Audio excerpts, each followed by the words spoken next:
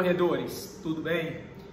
Vamos falar hoje sobre a importância de se ter aferida a frequência cardíaca, os batimentos cardíacos do corredor. Então, eu costumo fazer um check-up médico anualmente. Eu reservo aí o mês de janeiro, início do ano, antes de começarem as planilhas para as diversas provas. Eu costumo fazer uma série de exames laboratoriais e, particularmente, a parte cardiológica. Então, a parte cardiológica costuma englobar um eletrocardiograma, algumas vezes o médico solicita um ecocardiograma e, normalmente, se recomenda um teste de esteira. É o teste ergométrico. Eu sugiro que você converse com seu cardiologista e solicite que seja feito o teste ergoespirométrico, que é um teste que é feito também na esteira. Ele verifica toda a parte de frequência cardíaca quando submetido a um esforço, bem como você utiliza uma máscara para verificar como é que está a sua troca respiratória. Ele mede o seu VO2 máximo. Então isso vai ser muito importante para que, com aquele resultado do exame orientado pelo médico, você possa procurar o seu treinador, passar o resultado médico para ele e, com base naquelas informações, ele vai ter condições de preparar a sua planilha em cima das zonas de frequência cardíaca. Normalmente se costuma chamar de Z1, Z2, Z3, Z4, Z5, onde Z1 seria a frequência cardíaca de repouso, aquela frequência cardíaca mais leve. Z5 seria a sua frequência cardíaca teto. Normalmente, em uma prova grande, como a maratona, se costuma ficar no Z3, tendo como limite ali o Z4. Mas isso é muito particular e quem vai poder orientá-lo é o próprio médico do esporte, tá? Não necessariamente ele vai ser um cardiologista. O ideal é que se procure um cardiologista com experiência, com especialidade em medicina esportiva, porque ele já vai poder fazer a orientação integrada, a orientação completa, e essa orientação vai ser personalizada para o atleta por meio do seu treinador e em cima da sua planilha.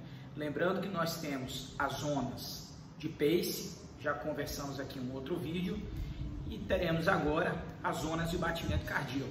Então a gente costuma chamar as zonas de batimento cardíaco de Z1 até Z5 e as zonas de pace de L1 até L5. O ideal é que se trabalhe integrado. Então o Z3 do batimento cardíaco ele vai ficar muito próximo do L3 pace, mas a gente sabe que uma série de fatores poderão alterar e não necessariamente elas vão estar sempre integradas, mas o próprio corredor, com o tempo, ele vai conhecendo, ele vai se conhecendo, e entra um fator muito importante que não está registrado em nenhum outro local, que vai ser a percepção de esforço.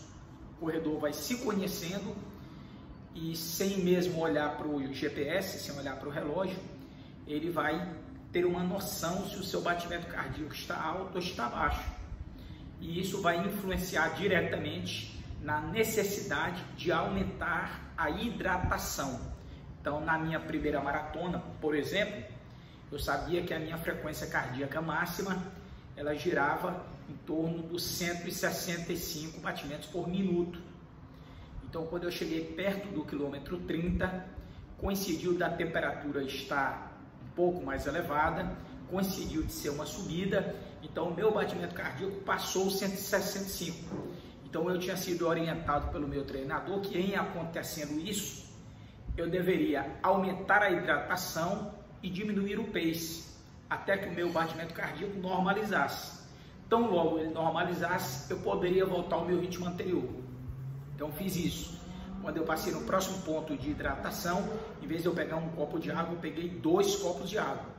Um copo eu tomei, inclusive eu tomei, dei uma parada de 30 segundos, e o outro copo eu tomei um banho, joguei na cabeça, molhei o corpo. Obviamente esse ponto estava em uma sombra, então por questão de 30 segundos, 40 segundos, eu senti que meu batimento desceu.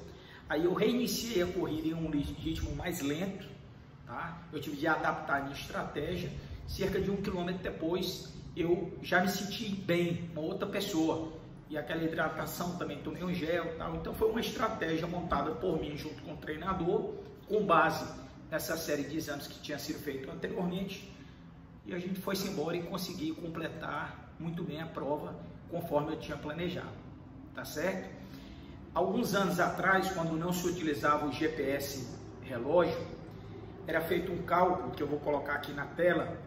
Esse cálculo era mais ou menos assim: 220 menos a idade.